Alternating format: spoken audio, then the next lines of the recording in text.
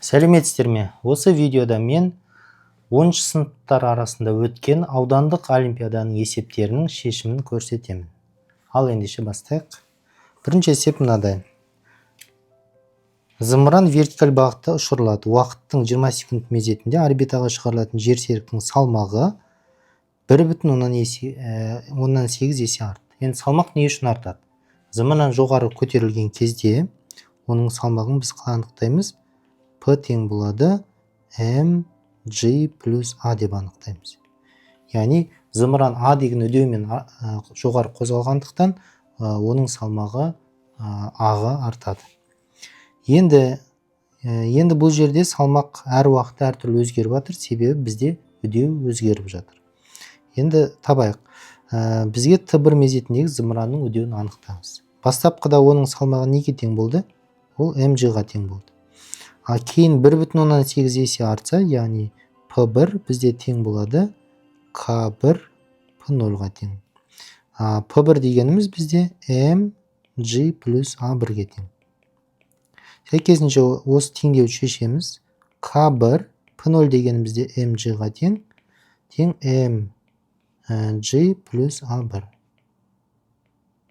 Осы жерден массаны қысқартып жіберсек болады, үдеудің мәнін табамыз. Сонда K1G тең болады G плюс A1. Осы жерден A1-дің мәнін тапсақ, K1G минус K1G минус G-ға тең.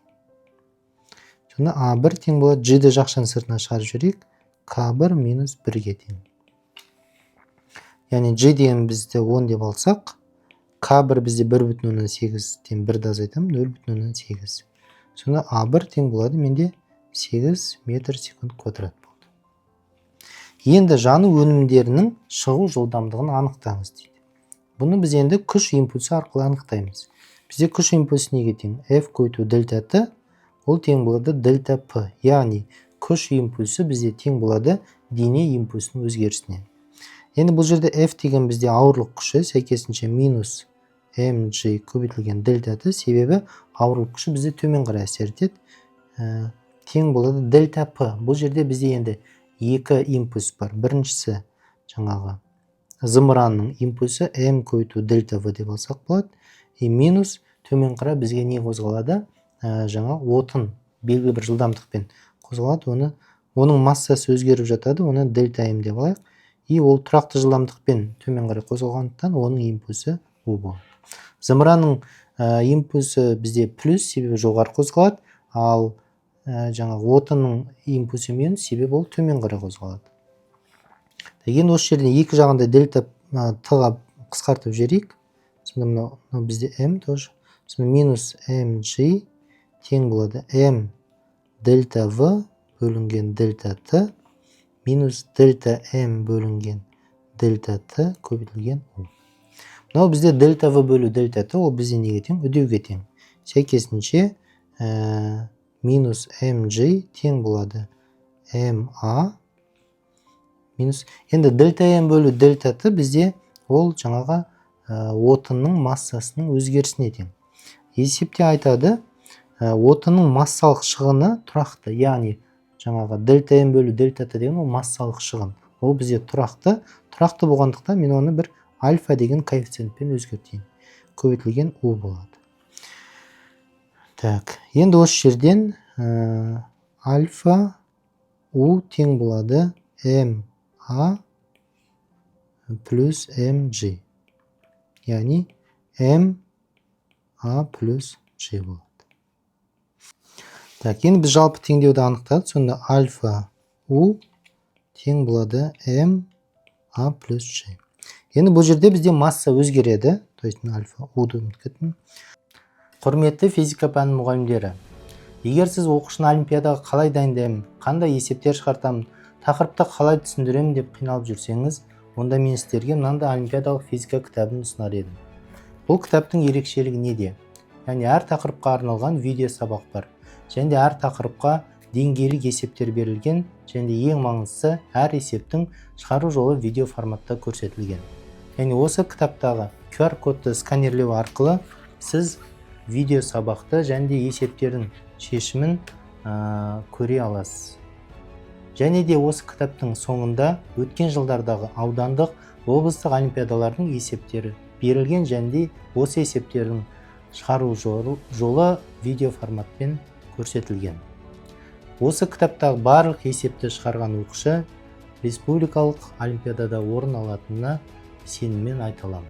Енді біз жалпы теңдеу таптық. Енді ары қарай жазсақ, сонда альфа у тең болады. Енді бұл жағдайда бізде масса өзгереді және үдеу өзгереді. Бастапқы бірінші моментте массаны m1 деп алайын, үдеуін a1 деп алайын, плюс g.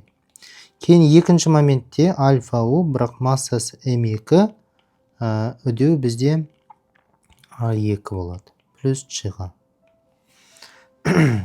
Енді есепте бізде не берілген? Оның салмағы 2,4 есе артты дейді. Соны тауып алайық. Яғни a2-ні табайық. a2-ні қалай табамыз? p2 ол бізде m g плюс a2 болады ғой.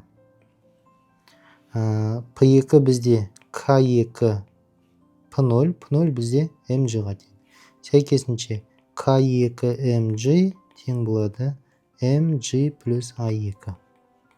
mm қысқарады.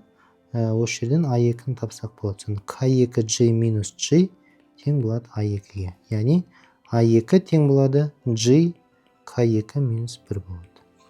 a2-ні таптық. Енді массалар қалай табамыз? Енді бізде айтты, массалық шығыны тұрақты. Яғни дельта m бізде неге тең? Ол m1 минус m2-ге тең болады. Жаңағы алдыңғы теңдеулерден m1 мен m2-ні табайық. Сонда, мына жерден m1-ді тапсақ, m1 менде тең болады альфа у бөлінген m1 a1 плюс g болады. Одан кейін мына жерден m2-ні тапсақ, m2 тең болады. m1 емес. Альфа у бөлінген a2 плюс g болады. Өсіп m1 мен m2-ні тауып аламыз. Бізге табу керек жану өнімдерінің шығу жылдамдығын анықтаңыз, яғни u-ды табу керек. Сонда орнына қойсақ, сонда дельта m дегеніміз, яғни альфа деген бізде неге тең? Дельта m бөлу дельта т ғой. Сәйкесінше дельта m дегеніміз бізде альфа көбейту дельта т. Енді орнына қоямыз. Сонда альфа көбейту дельта т тең болады m1 бізде жаңа таптық, альфа у бөлінген a1 плюс g. Альфа у бөлінген a1 плюс g. Минус m2 жаңа таптық, альфа у бөлінген a2 плюс g. Көріп тұрғанымызда мына жерде альфа мен альфа үш жерде де не істейді? Қысқарып кетеді.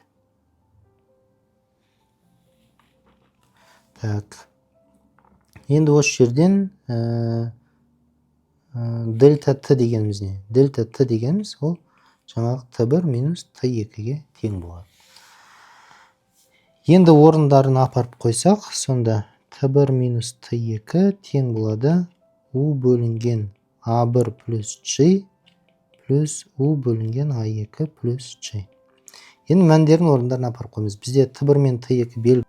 t1 бізде қанша? 20 секунд, t2 50 секунд. Керісінше t2 минус t1. t1 минус t2 деп қойдым. Керісінше t2 минус t1. 50 секундтан 20 секунд азайтам, 30 секунд болады. Сонда орнына қойсақ, 30 тең болады. У менде белгісіз. a1-ды жаңа таптық. a1 қанша? 8 болды. Мына жерден a2-ні табасайық. a2 тең болады. g дегеніміз 10. k2 бізде қанша еді? 2,4. 2,4 1,4, яғни 14 болады екен. a2-ні таптық, a1 таптық, орнына қоямыз. Сонда 8 плюс 10 плюс, мына жерде плюс жазып кеттім, минус негізі. Минус u бөлінген a2 бізде 14 плюс 10 24. Енді мына 18 24 ортақ бөлім береміз. Енді есептейік, 24 у минус 18 у көбейтілген 24 көбейту 18. Сонда үстінде 6u бөлінген 24 көбейту 18. 18 бен 6-ны қысқартсақ болады. 6 мен 24 де 4 болады. Сонда осы жерден u тең болады бізде 30 көбейтілген 4 көбейтілген 18.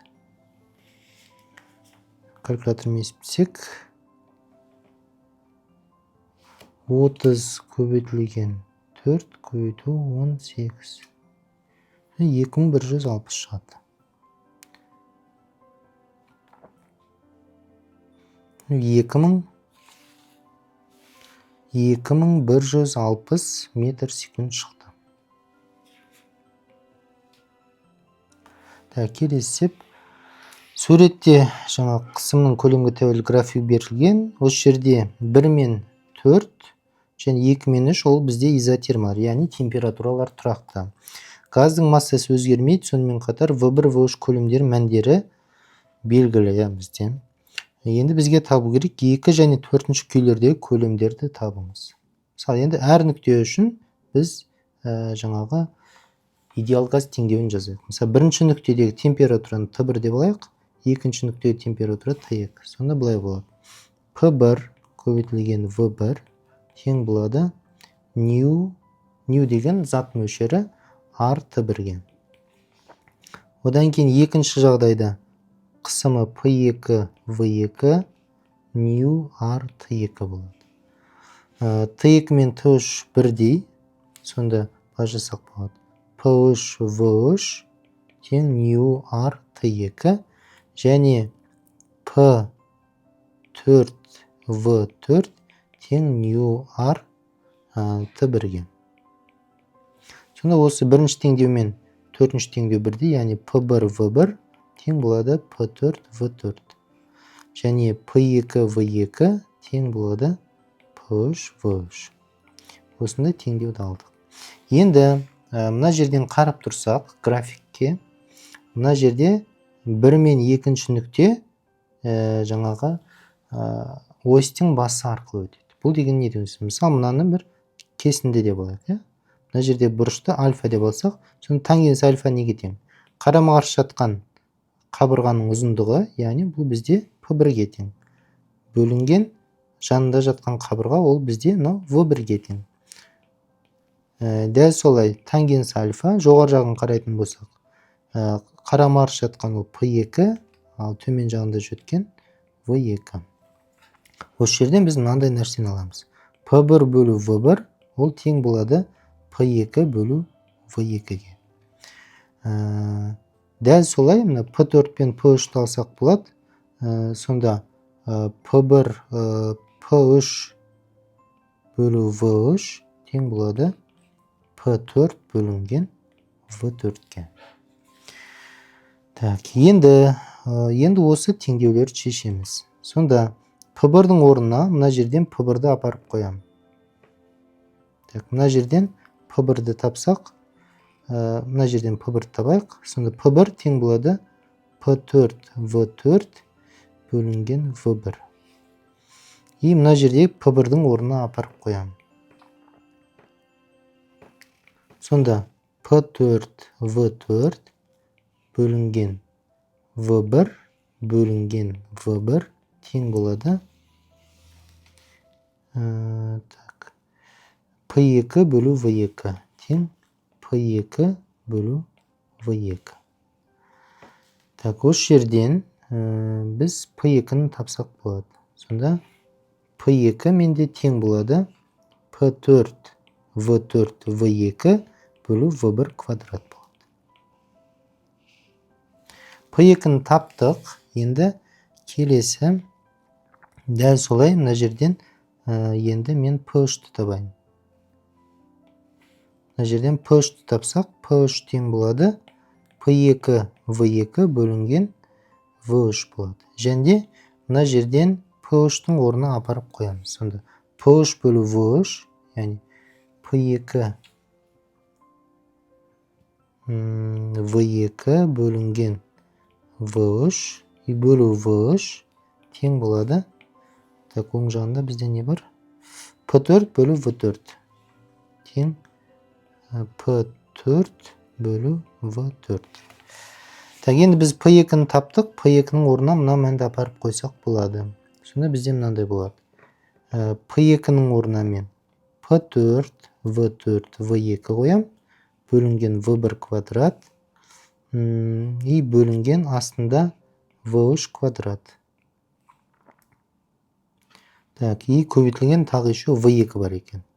Тең болады оң жағында P4 бөлу V4. Так, мына жерден көріп тұрғанымызда бізде P4 қысқарып кетеді. Так, V4, V2. Сонда V4 сол жаққа өтеді. Сонда V4 квадрат көбейту V2 квадрат.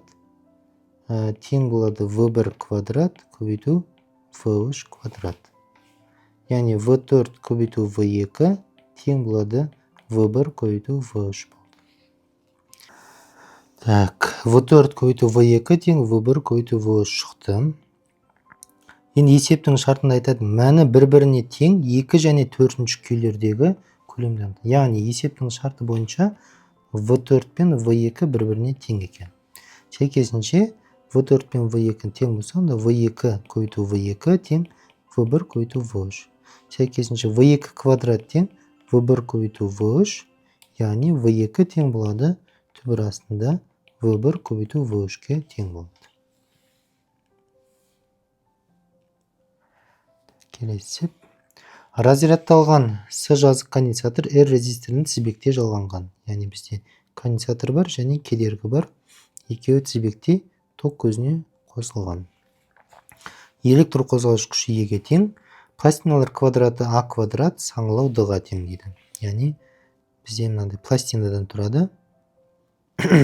Квадрат АА екі параллель пластинадан тұрады. Екеуінің арақашықтығы бізде Д-ға тең. Қосылғаннан кейін бірден I1 тогын анықтаңыз дейді. Енді бірінші жағдайда конденсаторды қосқан кезде, ең бастапқыда ток өте бастаған кезде конденсатор зарядтап үлгермейді, сәйкесінше конденсаторды жоқ деп есептесек болады. Сол себепті бастапқы жағдайда E тең болады I1 көбейтілген R болады. Яғни I1 тең болады E бөлінген R-ға тең. Яғни бастапқыда ток күші осыған тең болады. Кейін квадрат диэлектрик пластинаның қабырғасы А толық енгізген кезде, мына жерде квадрат пластинаны енгізеді. Так, оның енгізген кезде мына қашықтығын X деп алайық. Толық енгізген кезде сыйымдылығы NS болады дейді. Егер пластина X A-дан кіші болған тереңдігін енгізілсе, CX-ті табыңыз дейді. Яғни бұл жағдайда біз конденсаторды екі конденсатордың бір-біріне параллель жалған конденсатор ретінде қарастырсақ болады. Параллель жалған кезде жалпы сыйымдылықты біз қалай анықтаймыз? С жалпы тең болады С1 плюс С2. С1 неге тең? С1 E0 көбейтілген S деген бізде А көбейтілген А бөлінген Д-ға тең. Бірақ бұл жағдайда енді біз екі конденсаторды қарастырып отырмыз. Сол себепті бірінші конденсатордың ауданын табу үшін не істейміз? А-дан X-ті азайтамыз. Яғни А минус X болады. Плюс екінші конденсатордың жаңағы сыйымдылығын табу үшін не істеймін? E0 көбейтілген А.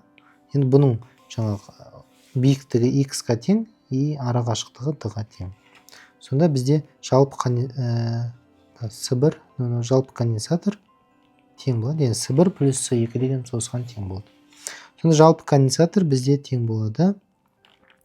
Так, E0 так, А бөлінген Д-ні жақшаның сыртына шығарсақ болады. Жақшаның ішінде айтпақшы, екінші конденсатордың бізде диэлектрик өтімділігі бар, оны Е деп алсақ болады. Е, сонда не болады? А минус X плюс Е көбейтілген X болады. Енді диэлектрик өтімділікті қалай табамыз? Толық енгізген кезде оның сыйымдылығы қандай болды? N-с болды. Соны былай жазсақ болады. Бастапқыда сыйымдылығы с0 тең болады E0 а квадрат бөлу d болады. Кейін толық енгізген кезде оның сыйымдылығы n-с0 тең болады e көбейтілген e0 а квадрат бөлу d болады. Сонда орнына қойсақ n-с0 тең болады e0 а квадрат d-ның орнына с0 жазсам болады. Сонда с0 қысқарады, сонда n тең болады e-ге. Яғни бізде директорлық өтімділік сонда n-ға тең болды. Сонда жаңағы жалпы сыйымдылықты былай жазсақ болады. Сонда с тең болады. Так, e0a бөлу d жақшаның ішінде a минус x плюс ex. a плюс x e-ның орнына енді n деп жазсам. n минус плюс. Жауабы осы болып қалады. Так, келесі. I2 тең I1 бөлінген 4 болған кездегі тізбектегі ток одан ары өзгермеу үшін директорлікті қандай v жылдамдықпен енгізу қажет дейді. Яғни ток күшін тауып алайық бірінші. Яғни электр қозғауыш күші тең болады I2 көбейтілген R плюс US. US деген бұл жаңағы конденсатордағы кернеуге тең болады. Осы жерден US-ны тапсақ E минус I2 R-ға тең. I2 деген жаңа ток күші. Себебі екеуі тізбекті жалған, конденсатор мен кедергі тізбек жалғандықтан олардың кенеулері қосылады, және бұл жалпы электр қозғауыш күшіне тең болады. Енді бізде ток күші неге тең? Конденсатордан өтетін ток күші I неге тең? I2 деп қояйық. Ол дельта Q бөлінген дельта Т-ға тең. Дельта Q-ды қалай табамыз? Дельта Q жаңағы конденсатордан өтетін жаңағы зарядтың мәніне тең. Дельта Q-ды табу үшін мен дельта С көбейтілген не деп аламын? U-ға. Себебі бізде айтып тұр, ток күші өзгермейді деп тұр. Ток күші өзгермесе, бізде кернеуде өзгермейді. Сонда US бізде неге тең? Дельта С көбейтілген US дегеніміз жаңа тапты E минус I2R. Айтпақшы, біз бағана I1R-ды таптық қой. Сонда I2 бізде неге тең деп тұр? Есептің шартына I1 бөлу 4 деп тұр.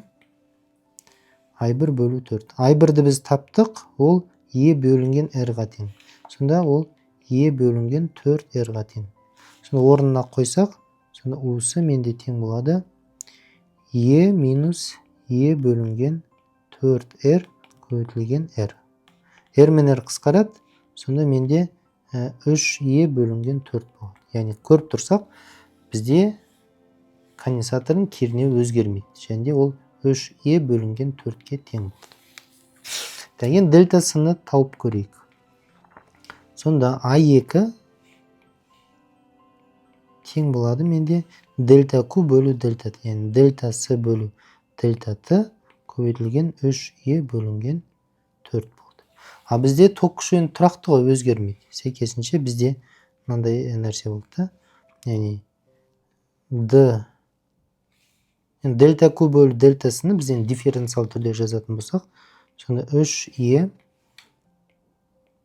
бөлінген 4 көбейтілген ДС бөлу ДТ деп жазайық. Тең болады 0-ге. 0 деп қойған тұрақты I2-ге. I2 дегеніміз бізде жаңағы E бөлінген 4R-ға тең. Яғни бұл деген с-ның уақытқа туындысы бізде неге тең? E мен E қысқарады, яғни тұрақты болып тұр, констант болып тұр. Енді так, сонда былай бірден табасақ болады. Мұнда 4 пен 4 қысқарады. Тұрақты сан бізде неге тең болып тұр? Так. 1 бөлінген 3R-ға тең. Енді туындысын алайық. Бізде жаңа сыйымдылық бізде неге тең болды? С тең болады. С-ның уақытқа туындысын аламыз. Бірінші с-ның мәнін жазбайық. С тең болды бағана алдыңғы шартта E0A бөлінгенді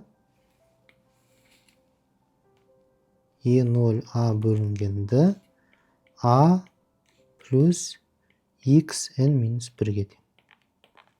Енді осының уақыт бойынша туындысын аламыз. Сол кезде бұл жерде енді x бізде неге тең?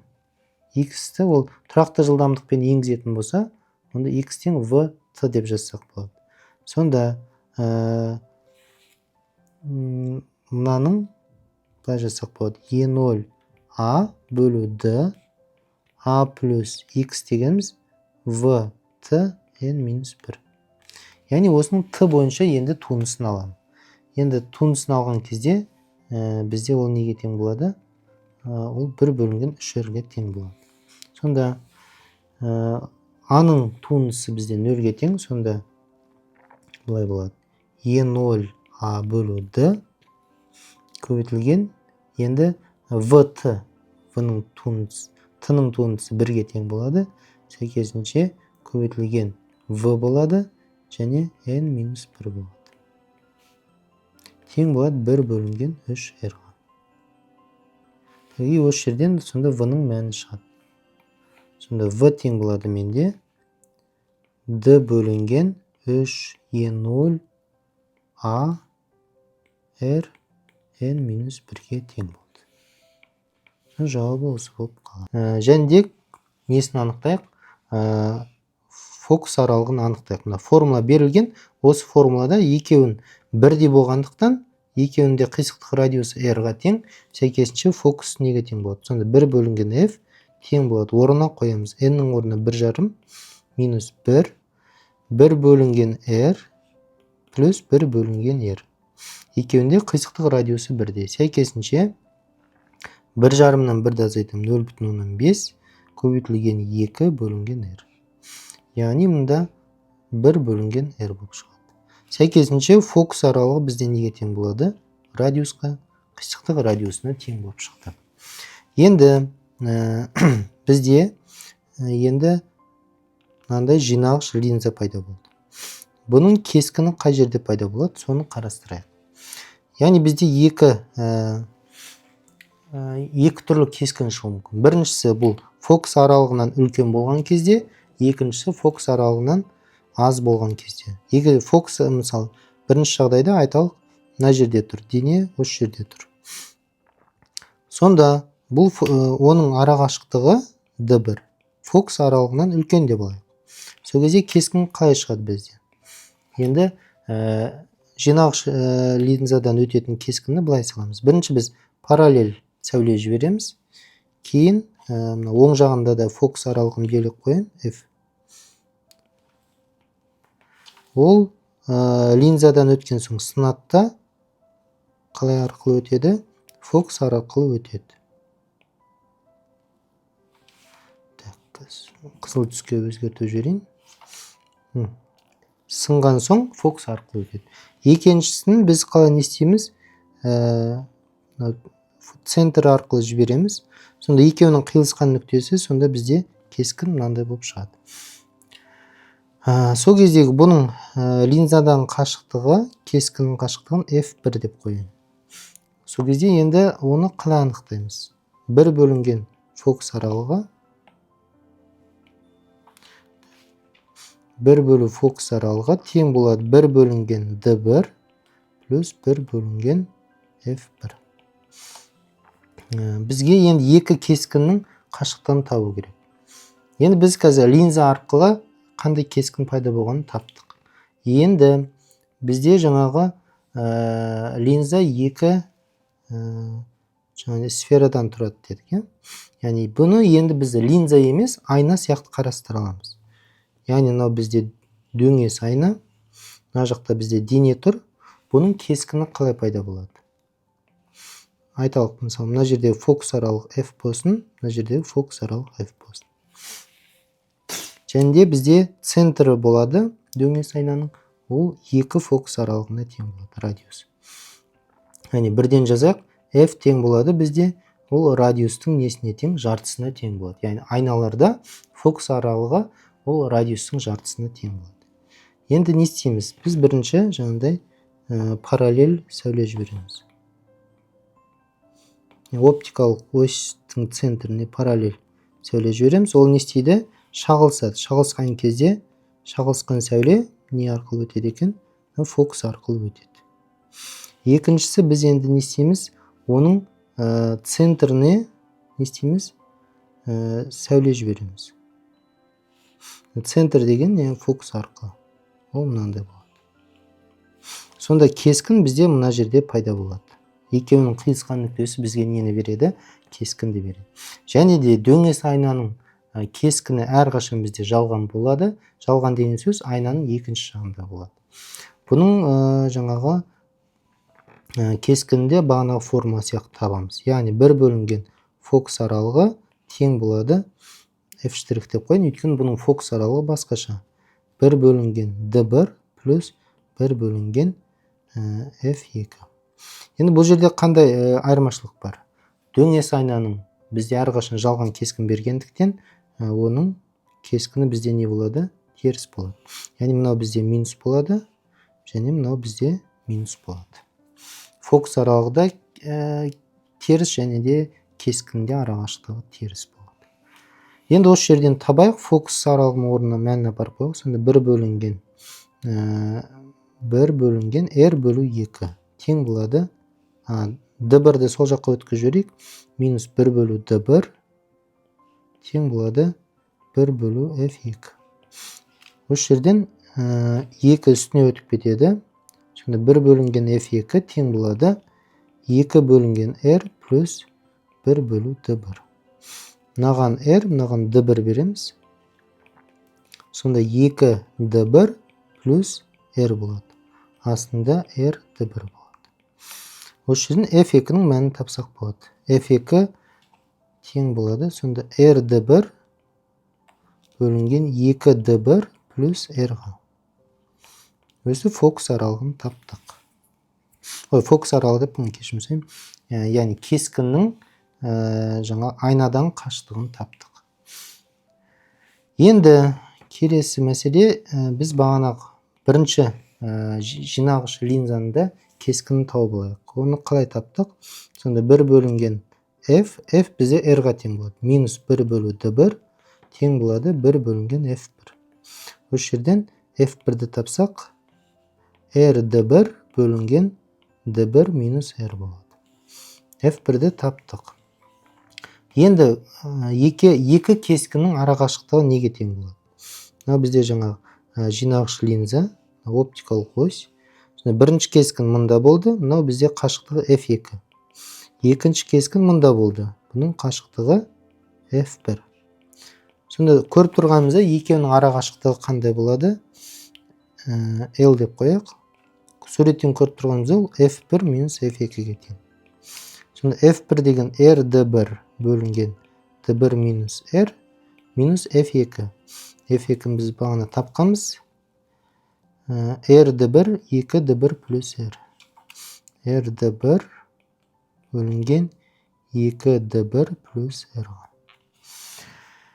Осы жерден енді ортақ бөлім береміз. Мынаған 2 d1 плюс r береміз. Мынаған d1 минус r береміз.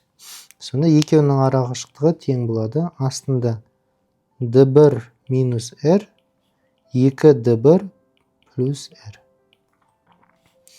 Сонда r d1-ді жақшының сыртына шығарып жүрсек болады. 2 d1 плюс r минус d1 плюс r болады.